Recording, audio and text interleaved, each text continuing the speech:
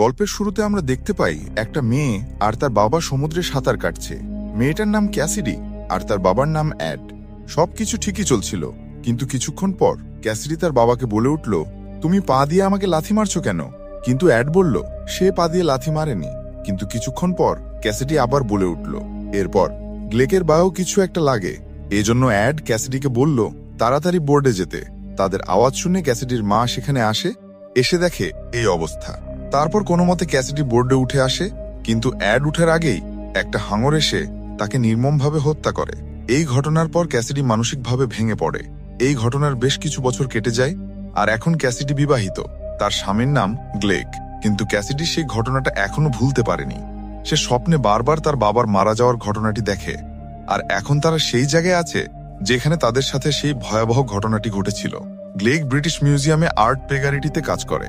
তাকে এখানে একটা প্রজেক্টের জন্য পাঠিয়েছে, যেখানে সে সমুদ্রের নিচে গিয়ে গুপ্তধনের সন্ধান করবে, যা অনেক বছর আগে বালির রাজকুমার জলদস্যুদের ভয়ে সমুদ্রে লুকিয়ে রেখেছিল।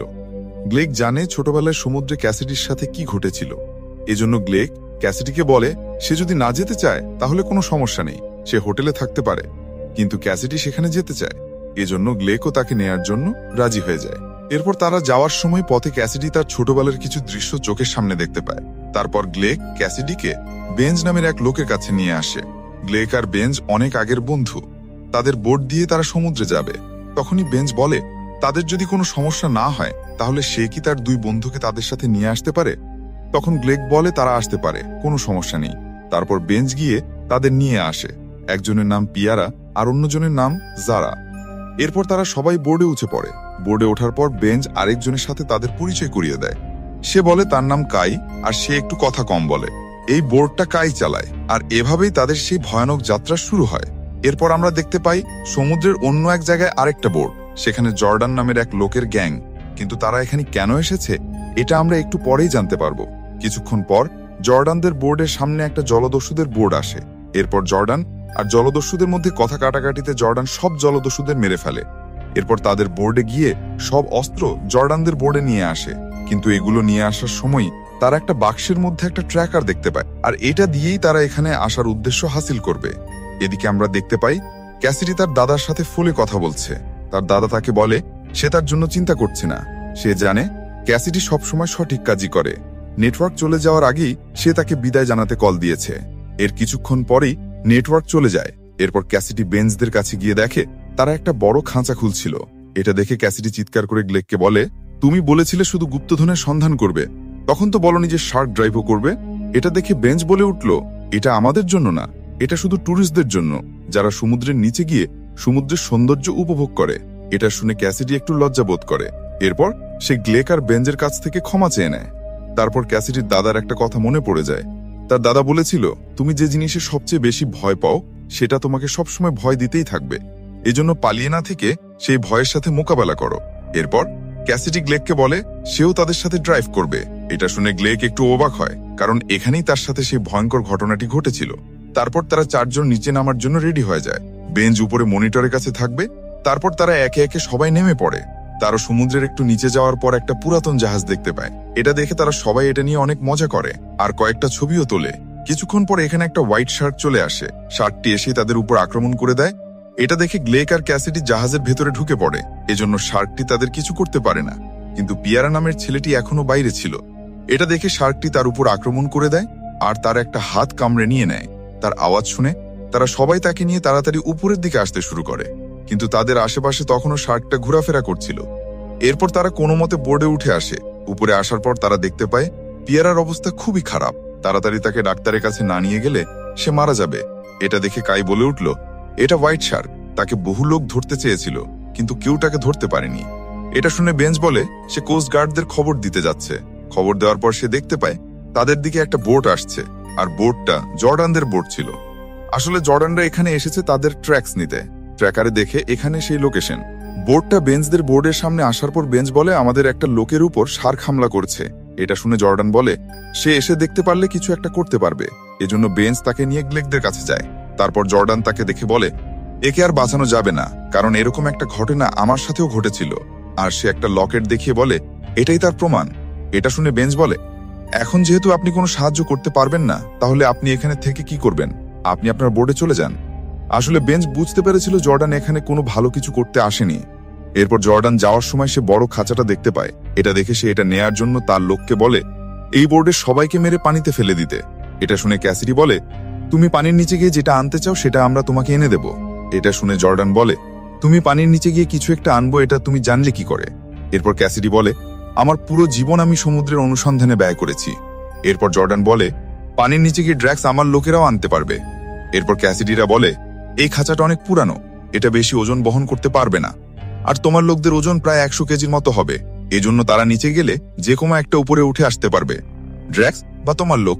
এরপর ক্যাসিডি বলে, যদি কেউ নিচে গিয়ে ড্রাগস আনতে পারে তাহলে সেটা আমি পারবো, কারণ আমার ওজন খাঁচাটা নিতে পারবে। এগুলো শুনে জর্ডানের লোক বলে, ও ঠিক বলছে, ওকে গিয়ে মাল নিয়ে আসতে বলেন। তারপর জর্ডান বলে, ঠিক আছে, যদি তুমি ঠিকঠাকভাবে সব মালগুলো নিয়ে আসতে পারো তাহলে সবাইকে ছেড়ে দেব। এরপর ক্যাসিডি নিচে নামার জন্য প্রস্তুত হয়ে যায়। এরপর বেঞ্চ বলে, তাদের কাছে কোনো রেডিও নেই, সে 45 মিনিট পর তাকে উপরে নিয়ে আসবে। তারপর ক্যাসিডি নিচে নেমে যায়। নিচে নামার পর সে দেখতে পায় তার আশেপাশে দুটো হাঙর ঘোরাফেরা করছে। কিছুক্ষণ পর হাঙরগুলো যখন একটু দূরে চলে যায়, তখন ক্যাসিডি খাঁচা থেকে বের হয়। এদিকে বোর্ডে তারা দুটো হাঙর দেখতে পায়। এটা দেখে গ্লেক বলে, ক্যাসিডিকে এখনই উপরে নিয়ে আসতে হবে। কিন্তু জর্ডান বলে, সে উপরে আসলে তার মাল নিয়ে আসবে, আর না হলে তাকে আসতে দেবে না। এরপর আমরা দেখতে পাই ক্যাসিডি ধীরে ধীরে ব্যাগগুলো খাঁচার সাথে বাঁধছিল, কিন্তু তখন দেখতে পায় একটা হাঙর তার আশেপাশে ঘোরাফেরা করছে। এরপর সে কোনো মতে ব্যাগগুলো বেঁধে খাঁচার ভেতর ঢুকে যায়। তখনই একটা হাঙর এসে খাঁচাটা জোরে একটা ধাক্কা মারে। এটা দেখে গ্লেক জর্ডানকে বলে, সে যদি এখন ক্যাসিডিকে উপরে না আনে তাহলে সে তার মালগুলো আনতে পারবে না। এটা শুনে জর্ডান ক্যাসিডিকে উপরে নিয়ে আসতে বলে। তারপর বেঞ্চ তাকে উপরে নিয়ে আসতে শুরু করে। উপরে নিয়ে আসার সময় হাঙরের ধাক্কায় ব্যাগগুলো নিচে পড়ে যায়। এরপর ক্যাসিডি উপরে এসে বলে, নিচে দুটো হাঙর, কিন্তু জর্ডান বলে তার মালগুলো কই? তখন ক্যাসিডি বলে, হাঙরের ধাক্কায় মালগুলো আবার নিচে পড়ে গেছে। এটা শুনে জর্ডান রেগে যায়। এরপর সে ক্যাসিডিকে আবার নিচে যেতে বলে, কিন্তু তখনই জর্ডানের একটা লোক খাঁচাটা দেখতে পানিতে নামে, আর তখনই একটা হাঙর এসে তাকে ছিঁড়ে খেয়ে নেয়। এই সুযোগে গ্লেক জর্ডানের হাত থেকে বন্দুকটা নেওয়ার চেষ্টা করে, কিন্তু জর্ডান তাকে মেরে পানিতে ফেলে দেয়, কিন্তু সে মারা যায়নি। এরপর জর্ডানের আরেকটা লোক তার সাথীকে বাঁচানোর জন্য গিয়ে সে নিজেই হাঙরের শিকার হয়। এটা দেখে জর্ডান রেগে ক্যাসিডি আর যারাকে মারার জন্য এগিয়ে যায়, কারণ সে মনে করে তাদের জন্যই জর্ডানের লোক মারা গেছে।